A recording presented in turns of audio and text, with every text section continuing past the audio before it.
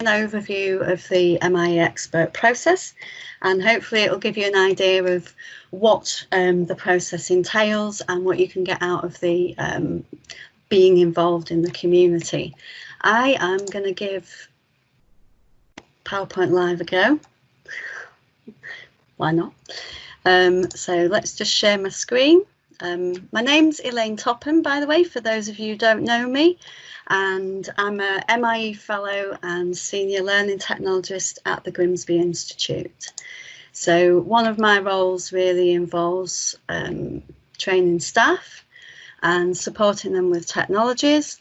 And another part of it, the MIE Fellow, is about encouraging people to join the programme and generally to kind of like support people in that process. So let's see if I can see everything that I need to see. Okay, so hopefully you can all see that now, and there should be a QR code coming up shortly, and if it hasn't come up now, do I have to press next? It didn't last time. There we go. There we go.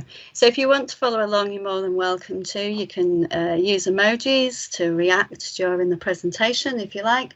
And also if you prefer the presentation in another language, you can also change the transcript into one of about 60 different languages. So feel free to join on that. I'll just leave that there for a minute or two just to let people join up on that. It's a new feature. I'm quite excited to try it. It's my second time. So feedback appreciated. Excellent. We've got 7 that have joined. It's nice. Elaine, yeah. Got my hand up. How do you get rid of that bar on the screen because it's covering up the barcode, the QR code? Just click on the bar. Or click on the screen, sorry, and the bar goes. Thank you. Sorry. Oh, it's come back again. Thank you, James. Yeah. Thank you. It's all good. That bar. So yeah, the control bar, click on it, that'll go QR code. There's also a link up at the top, but I don't find that quite as easy to type in all the time. So excellent, thank you. We have, oh, we've got people in. Shall I give you another minute just to get in? Excellent, 16, lovely, fantastic. So we'll try and keep my eye on the chat, but obviously while I'm looking at the presentation, I might be a little bit all over. So I'll keep checking back just to see if anyone's got any questions. Okay, right, let's get started. Oh, one more, 2 more. Oh, maybe a bit quicker. 21, brilliant. I'm going to move on. I'm sure you've all got the info now. Brilliant. Oh, why are we on that one? Jump back through. There we go. Brilliant. Fantastic. So welcome to the MIE workshop. We're finally there. We're getting started. As I said, my name's Elaine Topham. Brilliant. Thumbs up already. So the agenda for the session is we're going to look at the MIE programme and the different levels that are involved in the programme. I know that some of you put on the form that you are completely new. So actually, I think it'd be good to just talk about the different levels very quickly so that you understand what involvement's involved. And I'm going to give you a quick walkthrough of the application process and some tips for how to build your sway, and which I think is easier, sway or video. So the MIE programme really is a bit more than just free training on the Microsoft Educator Centre.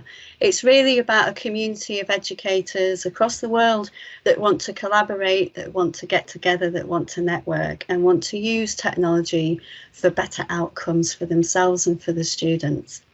It's also about working closely with the Microsoft Education team and maybe getting involved with different product demos, different events, online events and things like that. It's free to join and anyone in education can join, and you sign up at education.microsoft.com. Fairly sure most of you know that by this point anyway, but there you go. So who is involved? We have, well, pretty much any education establishment in the UK can get involved. We have training partners, schools, colleges, universities, and also the Microsoft Education team and their various partners who get involved with the community of educators. It works out quite well as a partnership because they can actually they can get our experience and we can input on the improvements. So this is just a quick one of the education team. I won't linger too long on there, but these are the people that you might come across from the Microsoft Education team if you get involved. So what can you get from joining the community? Well, for me, it's access to the resource of education professionals out there and the knowledge that that brings. As the person in the organisation that perhaps is meant to know everything, it can be quite a drain to not know everything. So having a community of educators out there that I can contact, I can reach out to, and I can say, hey, have you done this? Have you used this in this way? And for me, that is the biggest impact on my role. You also get access to in-person, online and on-demand training and support. And there's the opportunity to grow your role further within the community, working more closely with Microsoft. So I've been in the community now for 3 years, and in those 3 years, I've actually managed to present at BET every single year. My first year as an MIE expert, I was invited to present. So there you go.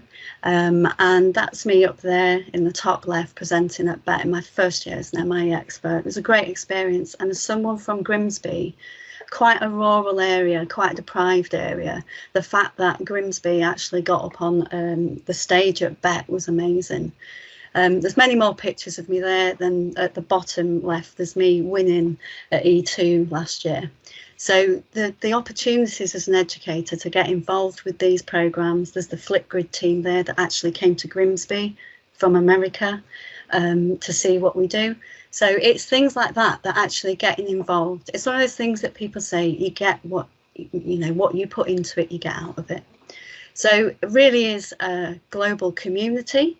And it's one of those things where if you want to get more involved, then the opportunities are there for you. So where's it gone? There we go. We've had a little moment on that text there. So the statuses involved in the program are the MIE program. Most of you have probably got this already. So this is just completing a couple of courses on the Microsoft Educator Centre and earning 1,000 points. So you've probably already got that already. My text is not coming up on my PowerPoint Live. I seem to be having some slight issues with that. There we go. I'll just keep pressing the next button instead. So the MIE Expert status, that's what we're all here for. You need to have your MIE status to get to apply for that. You need to prepare a video or sway answering the questions that I'll show you in a moment. You need to submit your application before the 15th of July. So that is a cut-off date, and all successful candidates will be announced in the blog in August. So it's hugely celebrated by Microsoft. There's a big list comes out, and it's quite a waiting game once you've submitted your application. So it's definitely something that it's quite anticipated. What's expected from you as an MIE expert? So this will vary from country to country, but in the UK we have monthly meetings, which is 1 hour a month on Teams. You don't have to be there for the time of the call, but you can watch it back later.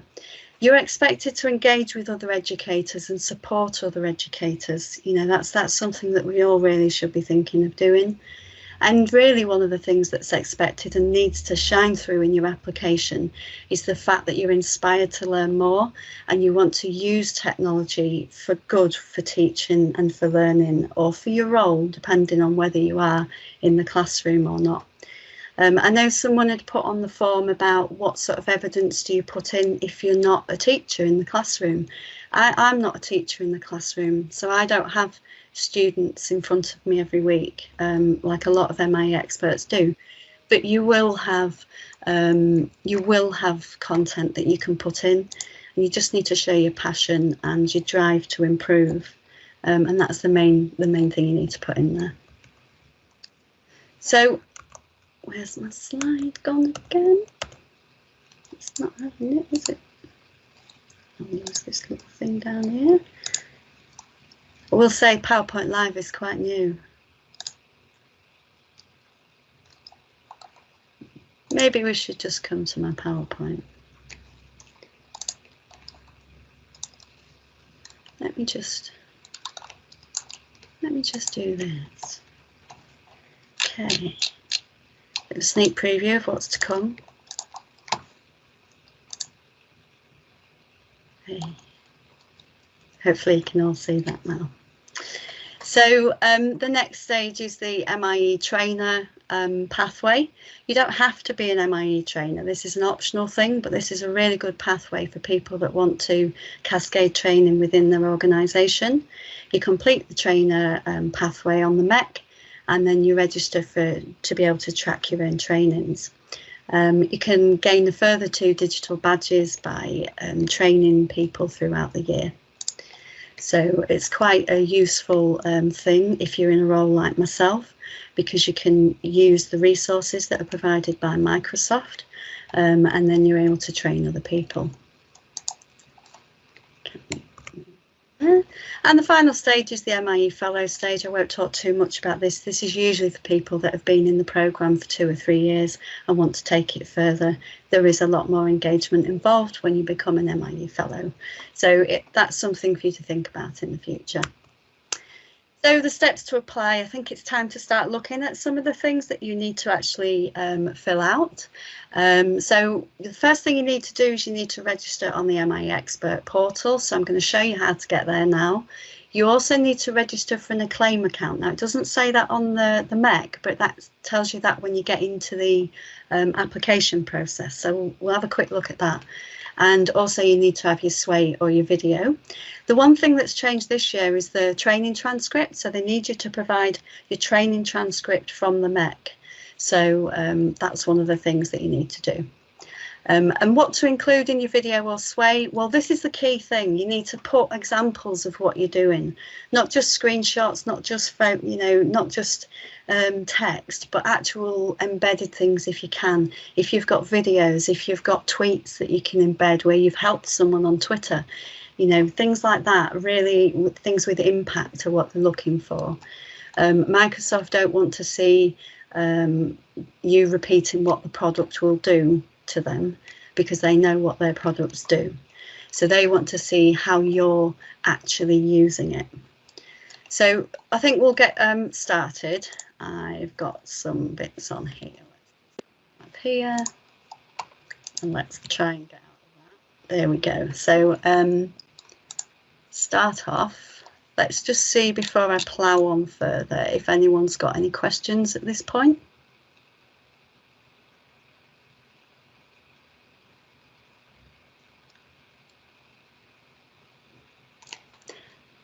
Brilliant. I'll assume the silence is perfect, so I'll move on. So this is the Microsoft Educator Centre. As you probably all know this site already, education.microsoft.com. And this is the information for the different MIE programmes. So we just pop that in the chat there. And obviously you're interested in the Microsoft Innovative Educator Expert. So if we click on Learn More, that's going to take you through to the information about the self-nomination. So it tells you a little bit here about what you need to do. Step 1 is making sure, obviously, that you've signed up for the MEC and you've got your MIE status. And the way that you do that is by getting your transcript. MA Moomin. Sorry if I said that wrong. Yes, you've got a question? Yes, thank you. Please record this session. Yes, I'm recording the session, yes. Okay, thank you. No problem.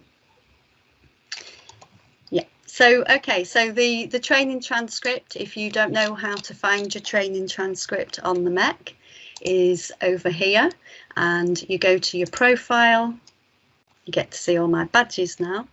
Yeah, lots of badges. I won't scroll down. It's okay. And this little link here will get you your training transcript. Okay. Now the key thing here is you can't just get the web address for your transcript and put that in your application. Okay, so that's not going to work. What you'll need to do is you'll need to download or save this PDF and save it somewhere where you can share it. Now, I know personally, from within our organisation, our OneDrive doesn't allow us to share externally. So one of the things I've advised to the staff in our organisation is to create a sway from the training transcript. So when you're on Sway, you can actually start a sway from a document. So once you've saved your PDF, you can upload it into a sway and then make sure your sway is shared publicly, which I'll show you shortly. So that's one of the tips that I've suggested. Someone else, we was talking it through with some other MIE experts, have used Wakelet.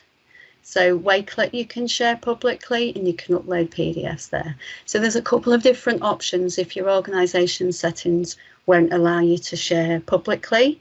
Be wary of expire links as well on OneDrive shares. So if your organisation has expiry dates on your OneDrive share links and it will expire towards the end of August, then you're going to need to look for another option as well, because that might expire before they look at it. So they're just a couple of little tips that we've picked up through talking to other people in the community. So once you've saved it somewhere, you'll be able to go and create a sway from it. I think I've got an example. They don't look very pretty. That's why I want to show you the example, because if yours comes out like mine did, you'll go, oh, that can't possibly be okay. But I actually sent it to our engagement manager at Microsoft and asked her, because obviously I knew that it would be a problem for other people if it was a problem for me. And she said, yeah, that's fine.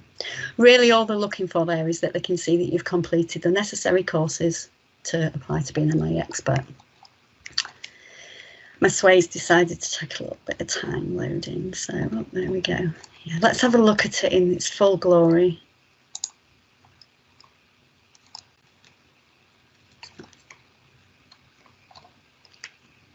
It's lovely. So no amount of remix is going to make that better. And I've got such a large transcript, I wasn't editing it. If you haven't got as many badges on your transcript, you might want to spend a bit of time making it look pretty, but mine literally goes on for just forever. So it would have been fine like that. It shows I've completed an awful lot of courses and it shows I'm an MIE. So that's really all that stage is looking for. They're not looking for anything else there.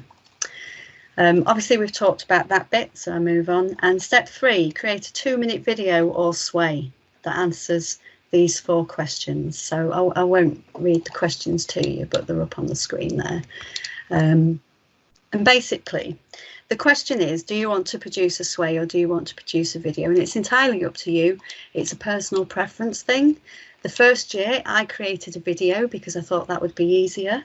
Actually, I found it a lot harder to say everything I wanted to say in 2 minutes. So I've gone following years with Sway because I found it a lot easier to just put the content in that I wanted to get across. So once you've got your Sway done, you're ready to go and register on the self-nomination portal. So I'm going to just nip over to Sway a moment, just to give you some ideas at this point of what kind of things you might want to put in your Sway. If I can get to Sway, let me just shut some of these wonderful tabs down there. Look, I'm afraid that's just, yeah, okay. So what kind of things can you put in your application? Do you have to apply to be an MIE every year? Yes, you do, Miss Buchanan.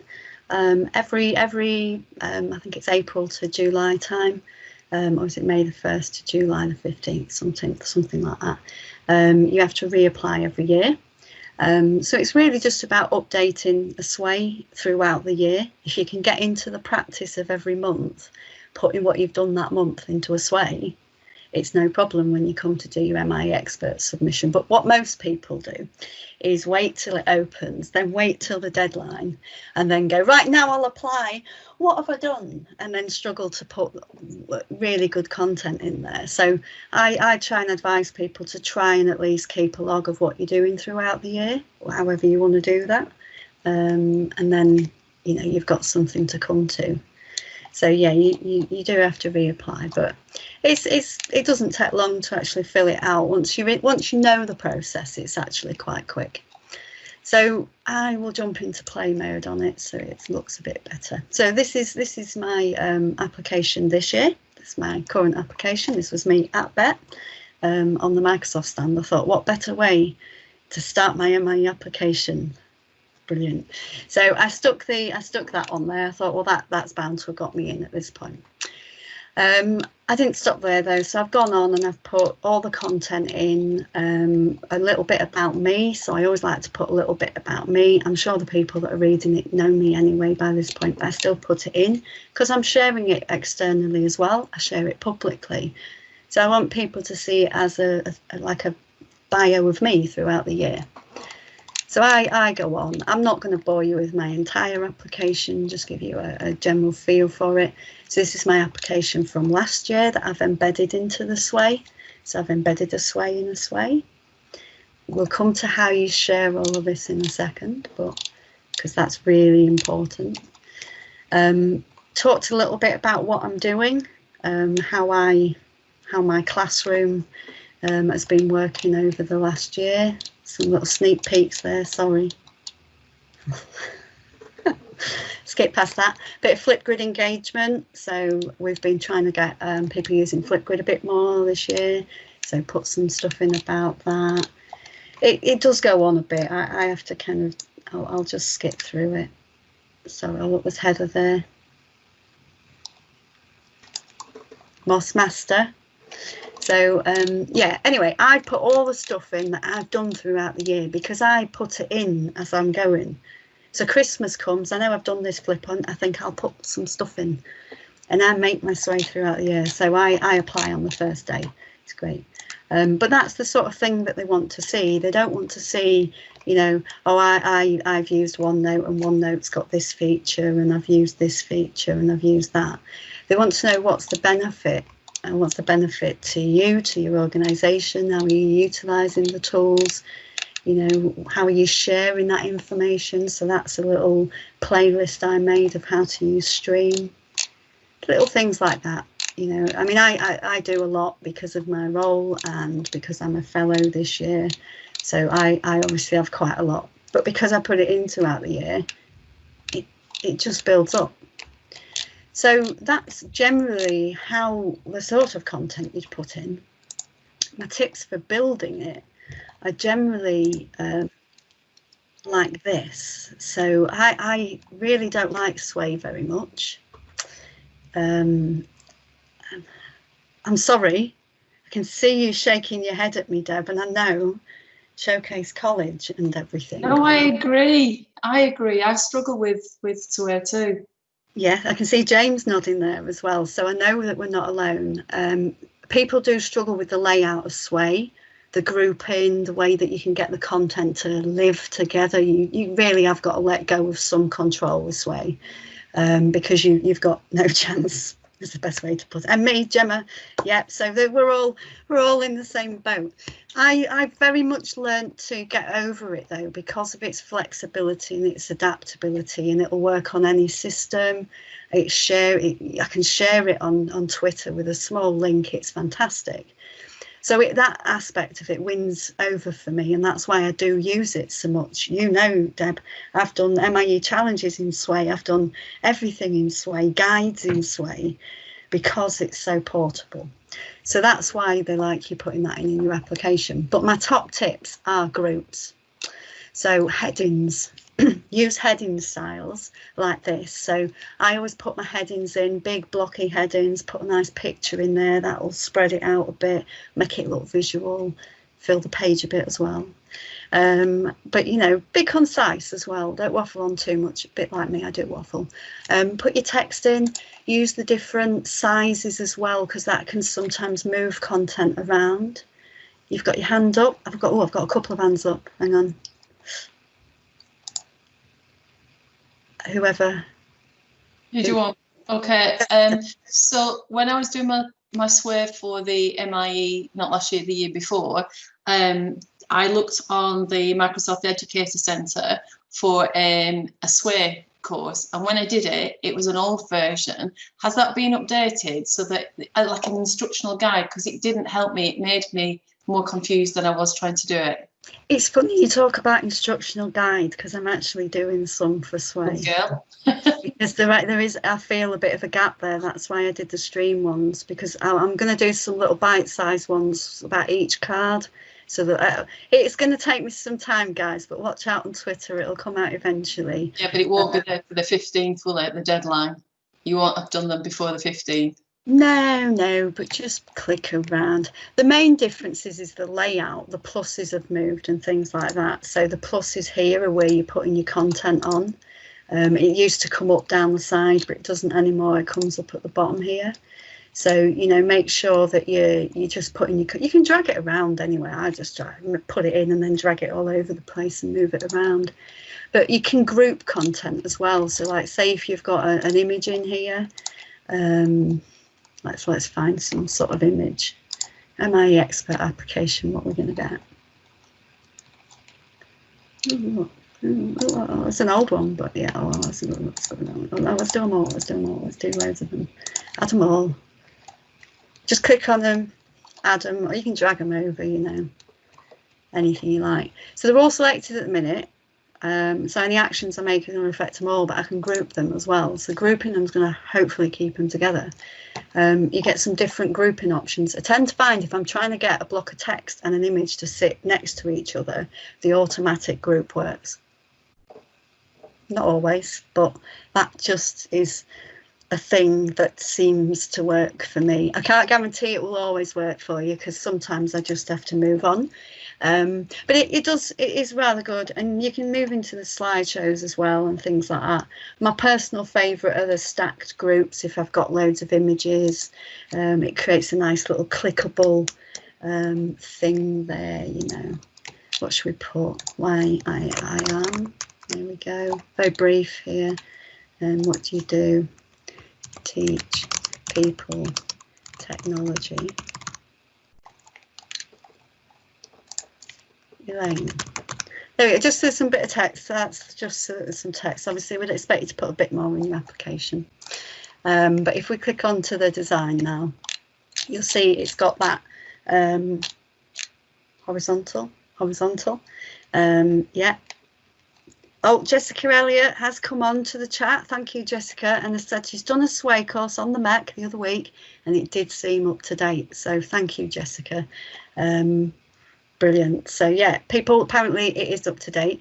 Jessica, I don't know if you could get the link to that course and share it in the chat. That would be fab. If not, I'll find it later and try and pop it in there. But if you can. Sorry, Lewis. Okay, so who are you? What do you do? There's my application. I don't particularly like that layout. I find it's a bit too that way and that way. Personally, I prefer it like a web page. I just find it scrolls better for me. That's me. Don't be swayed by my personal preference. It's entirely up to you. The viewer can usually change the layout on the Sway unless you change that permission anyway. So it's all good, but you can, if you prefer a more slide click through view, you can do that. My favourite little button, once I've got my content in, is the remix button. The remix button just changes the entire design. It changes the colours, it changes the fonts, it mixes up the background. It's changed me back to that layout again.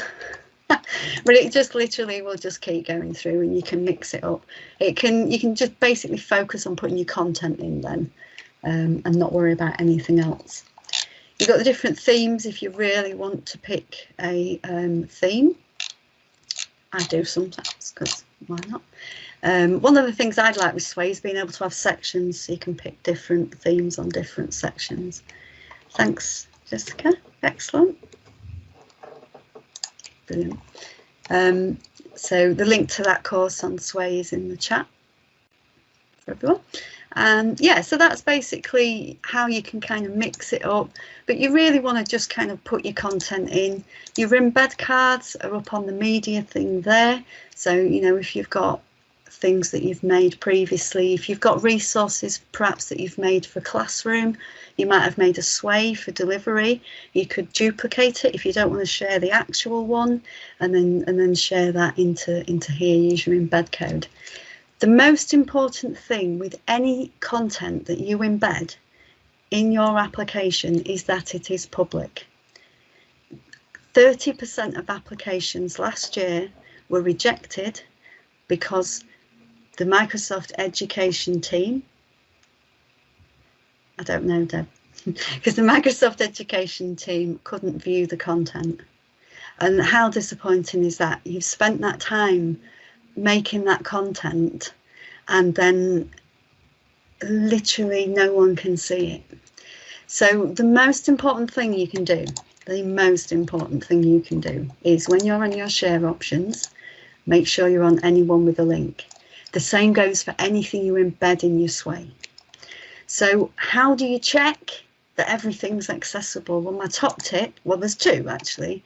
Share the content with someone else outside of your organisation, because if they're inside your organisation, they probably have the same, tendency as you. So you need to be sharing it outside of the organisation. If anyone, I am on Twitter, if anyone wants to just pop me the links, I'll quite happily have a look.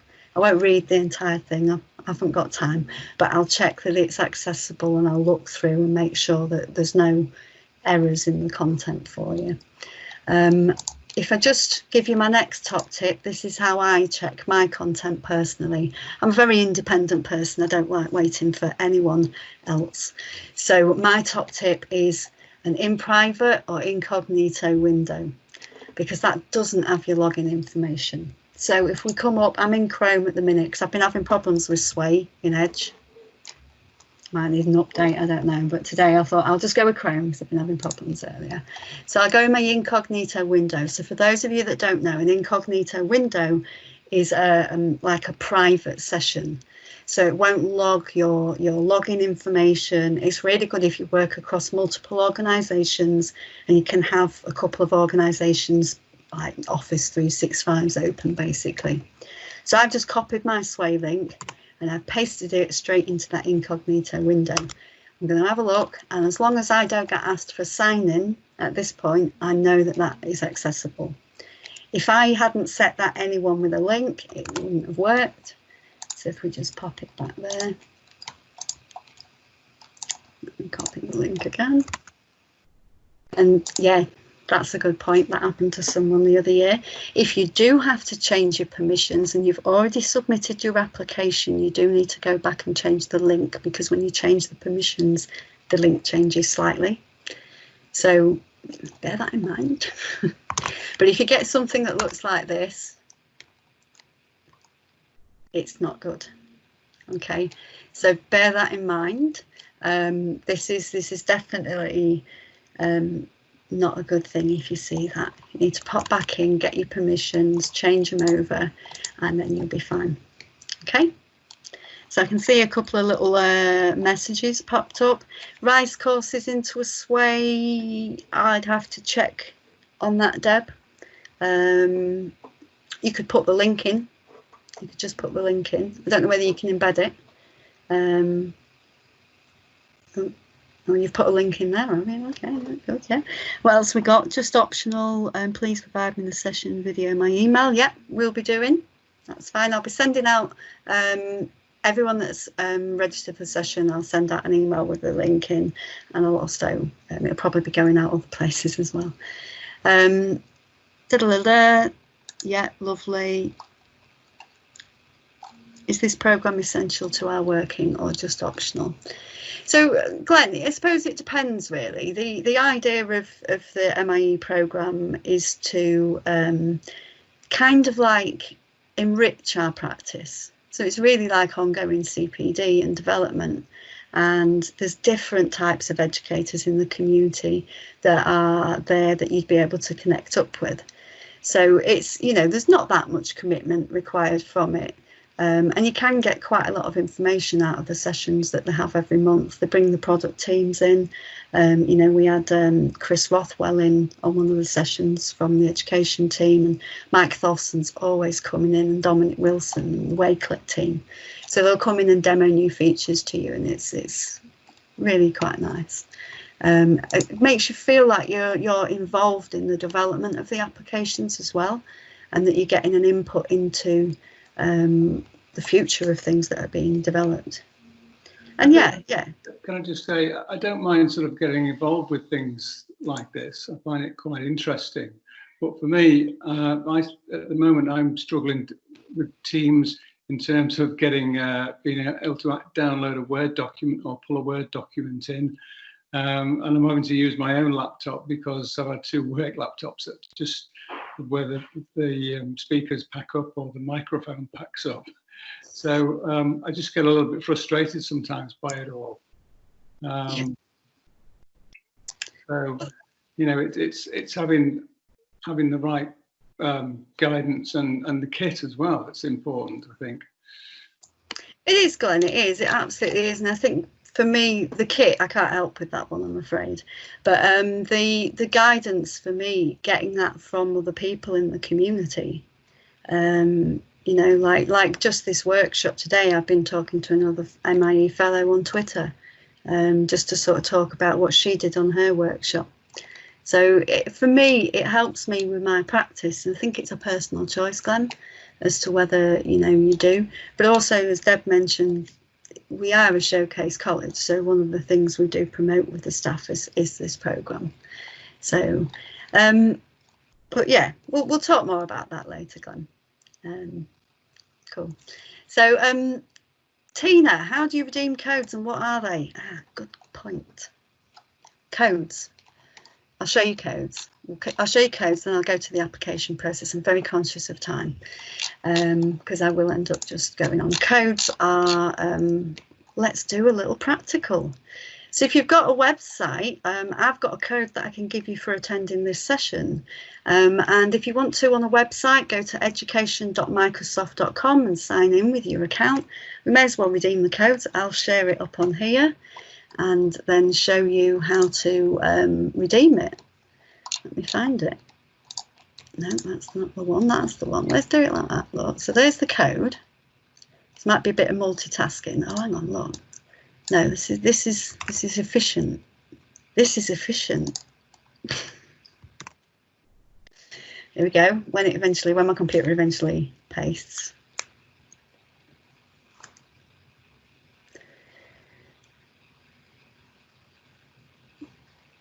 Deb's happy. Heather's happy. Someone's happy. It's not pasting. Oh, hang on. Oh, yeah. It's really. I've redeemed. It's really. I've been successful. It's really big, but there's the code. I don't know quite what happened with that one there.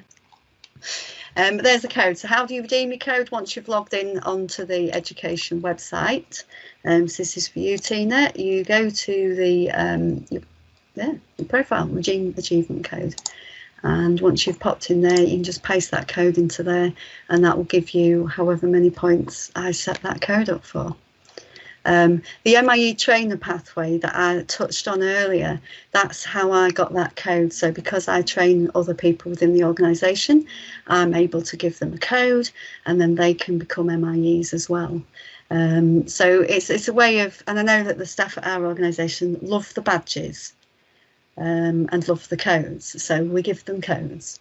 But it's good as a trainer and I get access to all the resources. So when I'm having to do a session on forms, for example, or Teams, I can just go to the trainer OneDrive and download a PowerPoint and all the resources. So excellent. That's how you do that. The code's in there. I'm sure you can all get that done. I'm very conscious of time. So this is a claim. You will need to register on a claim. And you'll just need to set up an account because it asks for your email address. Now, I think it advises to use the same email for your application, for your claim account. And I've got more badges. I can't help it, sorry, they're just there. So back to the application, so that link's in there for you. So the sway's on there, I will put my sway link in here as well. So once we've gone from here and we've created our sway, we come then back to here and we go to the MIE nomination link. That's going to take us to this website and you'll need to click start here. And the first time you come, you'll need to enter your email address and set up a password. So I'm going to pop in on mine now.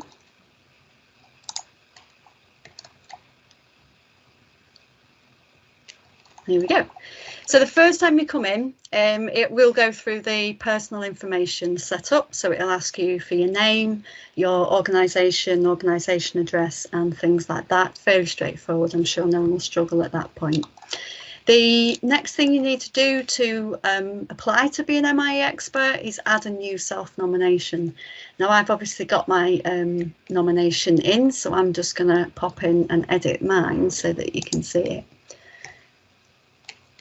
There we go.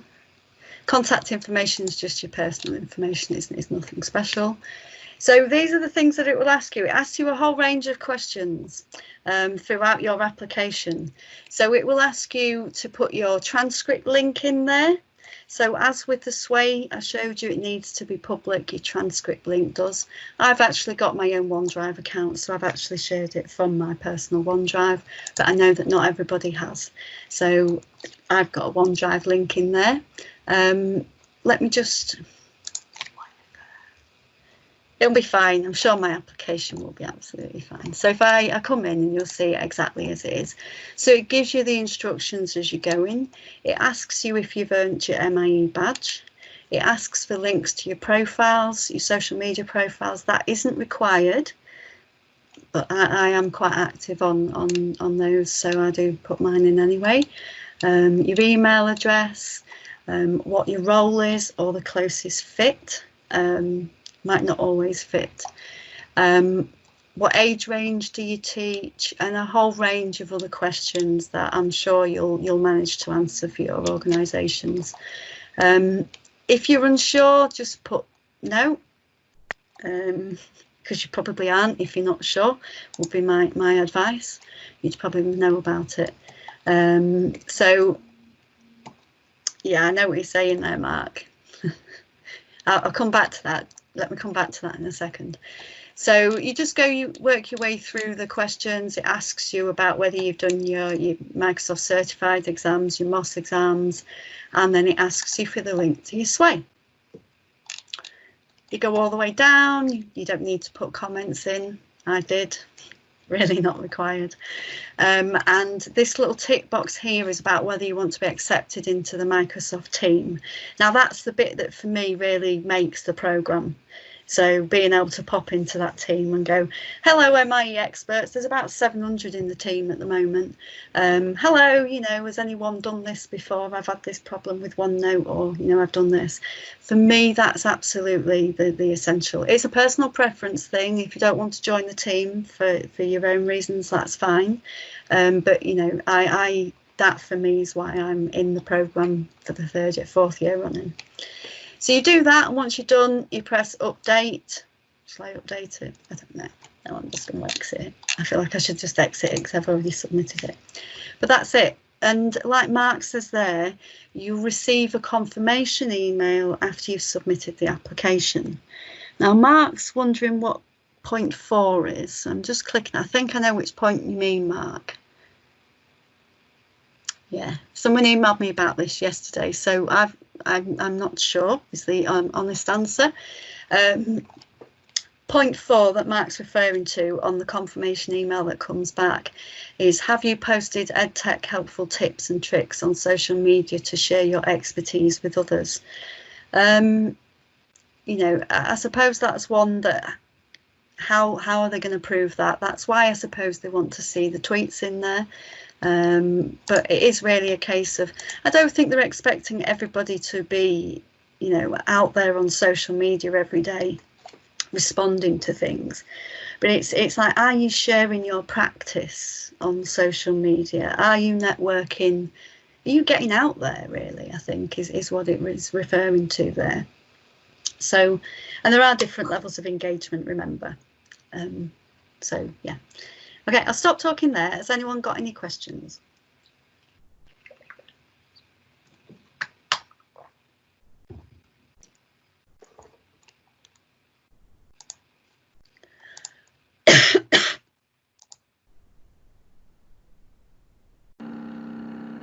Hi Elaine, I could see you coughing, so I didn't know whether you were going to just talk, Gemma. So I completed the like the trainer route up to the point where you have to then start getting people involved in your training. Can you only set those redeem codes that you've just set up and showed us if you are a trainer, or is that something I can use to count those additional people that I'm training?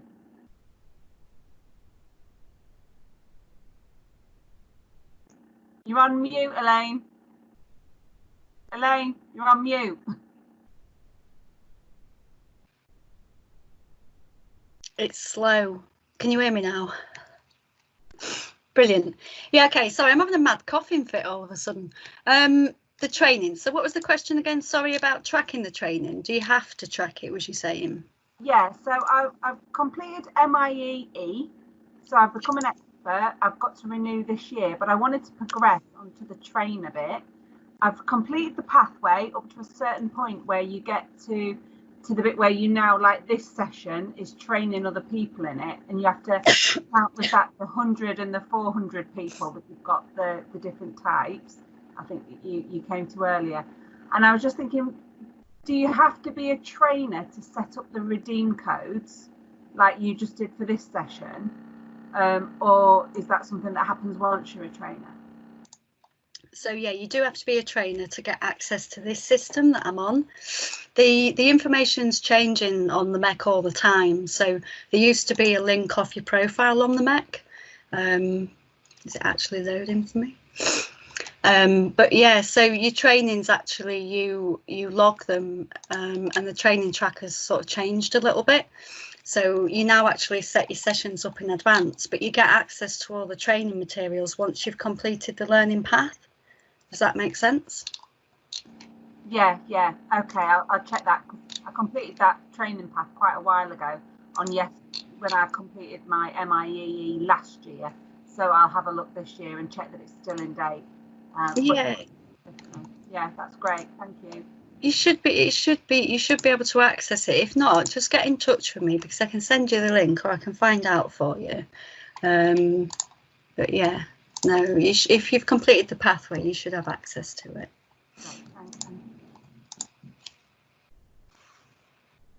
Oh, I've got a hand up. Whose hand's up? Gemma.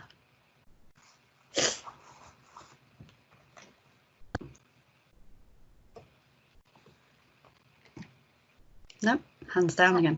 Elaine, can I just ask, are the submissions still going to Claire Riley, and does it take a couple of weeks for the feedback? Yeah, so the submissions, well, the submissions go to the Microsoft Education team. Obviously, we're FE, so Claire tends to have the input on ours. There'll be Jenkin as well looking at them. But yeah, they will check it, but they can't see them till after July the 15th, and they may not look at them till August. So yeah, one second.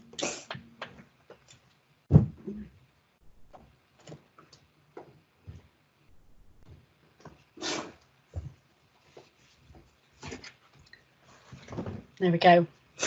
Okay, sorry about that. Yeah, so you won't find out about your application until August, end of August. They won't let you know. It all comes out all at the same time.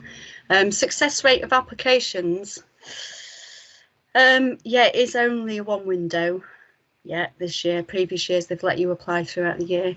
And the success rate of applications, I'm not 100% sure, but I was told by the Microsoft team that 30% of the applicants were rejected because they couldn't see what they'd sent. So I think from my point of view, as long as you're making sure you've got the content on there, yeah, I'd say 70%. To be honest, if you put in there what you do, and you really, sort of sell yourself a little bit, big yourself up, I use this like this has had an impact like this, then I don't see any reason why anyone wouldn't get accepted. It's just making sure that all the things are done. So I've got a little checklist. I'll pop all this out to you with the recording and everything like that. But the little checklist: have you achieved your status? Have you downloaded and saved your transcript somewhere you can share it? Your Acclaim account, has that been done? Have you got examples of how you meet the criteria? All these things are the key things. If you tick those boxes, you know, they've got a very good chance of being accepted. Like I said, they don't want to just see repeated things about their products. Just talk about what you do, and I'm fairly sure that you'll have a good chance of getting accepted. So yeah, it's good. Any more questions?